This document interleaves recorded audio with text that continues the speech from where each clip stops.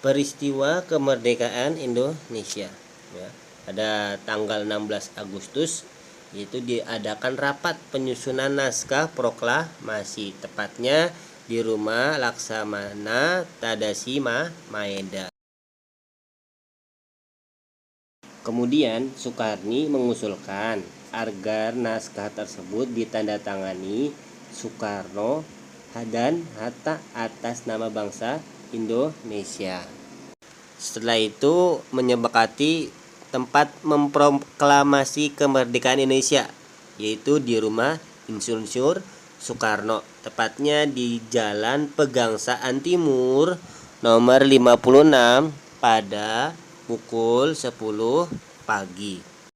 Sebelum pulang, ya, Bung Hatta berpesan kepada BM dia untuk memperbanyak teks proklamasi, ya, kemudian menyiarkannya ke seluruh dunia. Tujuannya apa sih menyiarkan ke seluruh dunia? Yaitu untuk agar dunia tahu bahwa Indonesia adalah negara yang merdeka, sudah tidak dijajah lagi. Tokoh-tokoh yang hadir pada saat proklamasi di rumah Bung Karno.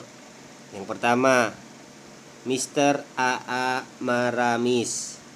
Yang kedua, Dr. Buntaran Martoat Mojo, Mr. Latuharari, Abikusno Cokro Suyoso, Oto Iskandar Dinata, Ki Haja Dewantara, Samratulangi, Sartono, Sayuti Malik, Pandu Kartawiguna, M. Tabrani, Dr. Muwardi SK Trimurti, dan AG Pringgo Digdo.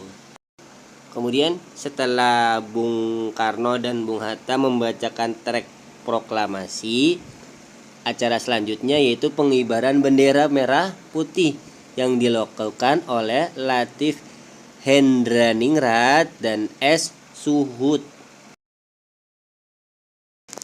Peristiwa sebelum dan sesudah pembacaan teks proklamasi. Ya, apa aja ya? Yang pertama, itu menyerahnya Jepang pada sekutu, ya, dengan ditandai apa?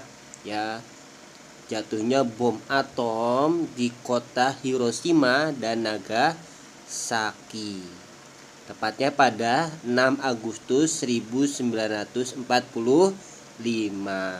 Nah, ini menewaskan 220 penduduk sipil di kedua kota. Nah, akhirnya Jepang menyerah pada 14 Agustus 1945. Ya, Jepang menyerah tanpa syarat kepada sekutu. Yang kedua yaitu peristiwa Rengas Dengklok, terjadi pada 16 Agustus 1945. Ini Yusuf Kunto membawa Ahmad Subarjo dan Sudiro ke Rengas Dengklok untuk bertemu dengan Soekarno dan Muhammad Hatta agar apa? Mempercepat kemerdekaan Republik Indonesia, ya. Kemudian, ya, berita proklamasi kemerdekaan Indonesia disampaikan ke seluruh rakyat Indonesia dan negara-negara lain agar bertujuan agar kemerdekaan bangsa Indonesia diketahui dan diakui oleh negara-negara lain. Nah, penyebarluasan berita proklamasi selain dilakukan secara mulut ke mulut, yaitu menggunakan media apa? Radio dan media cetak. Mesir menjadi negara pertama yang mengakui kemerdekaan Indonesia. Soekarno sang proklamator. Beliau lahir di Surabaya 6 Juni 1901.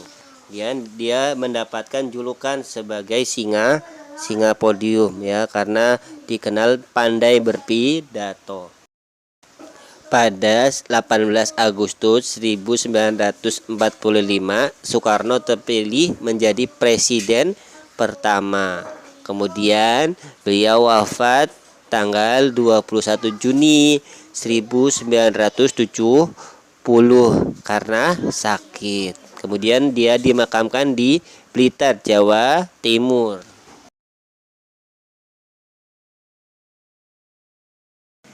Peristiwa pertempuran 10 November 1945 di Surabaya.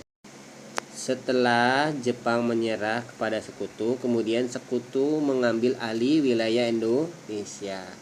Nah, pada tanggal 19 September 1945 ya, tepatnya di Hotel Yamato, itu ada terjadi pertikaian antara rakyat Surabaya dengan pasukan Sekutu.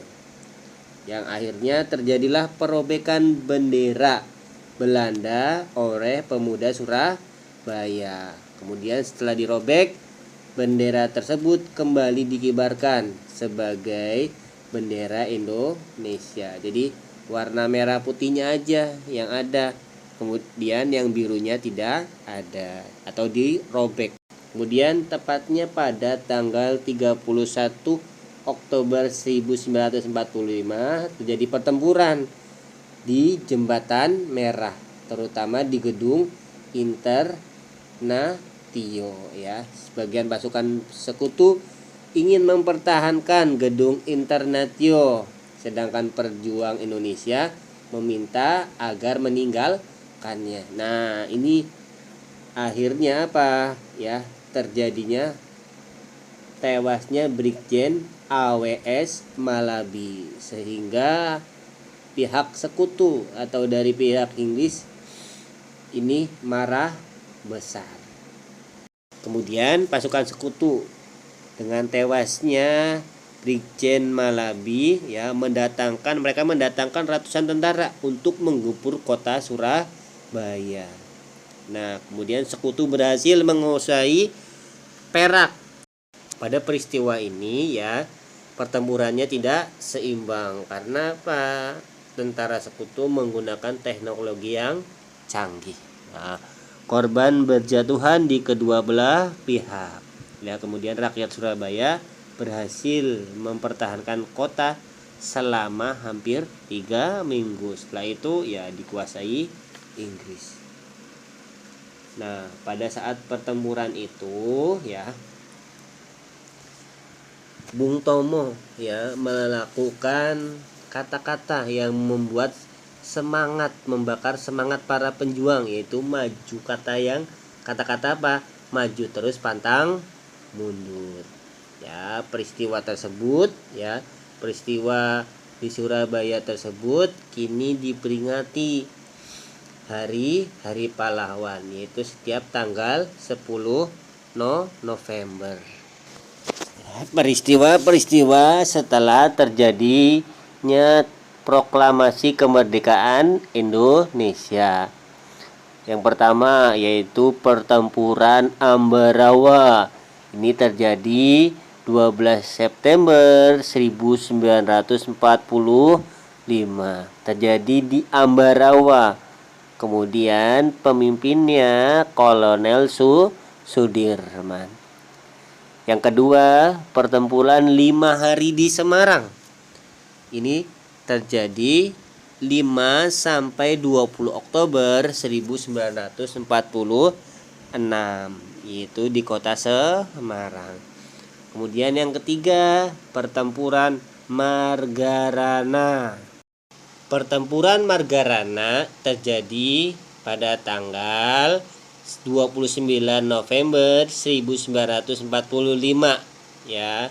Ini perang Puputan.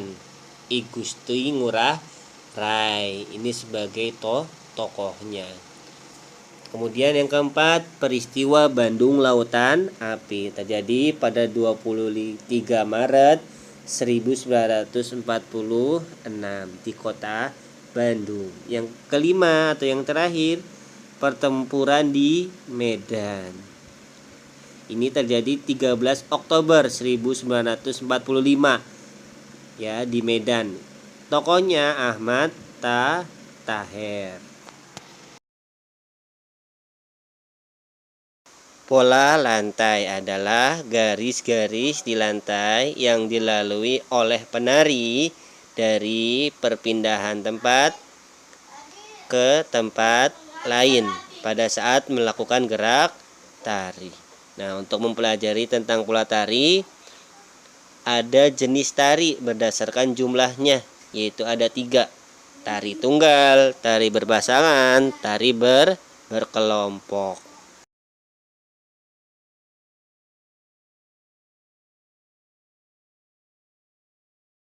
Alhamdulillah, pelajaran hari ini telah selesai. Jazakumullah khairan yang telah menyimak sampai akhir. Barakallahu fikum. Subhanakallahumma wa bihamdika asyhadu an la ilaha illa anta astaghfiruka wa atubu ilaik. Assalamualaikum warahmatullahi wabarakatuh.